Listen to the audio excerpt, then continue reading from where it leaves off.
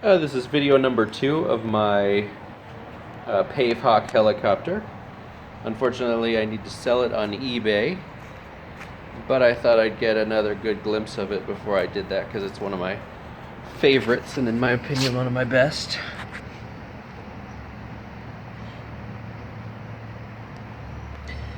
So I bought it for $70 for the green BBI Blackhawk, and it was missing that door right there, which I used a 3D printer to make a likeness of.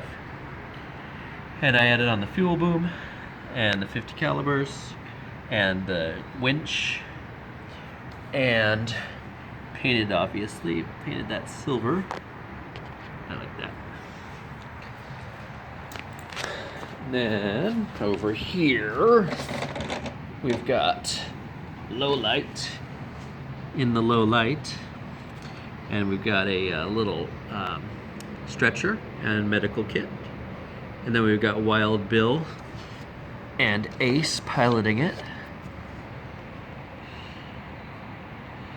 And I got a little scale map right there, and I painted all this. It has that little radar thing right there.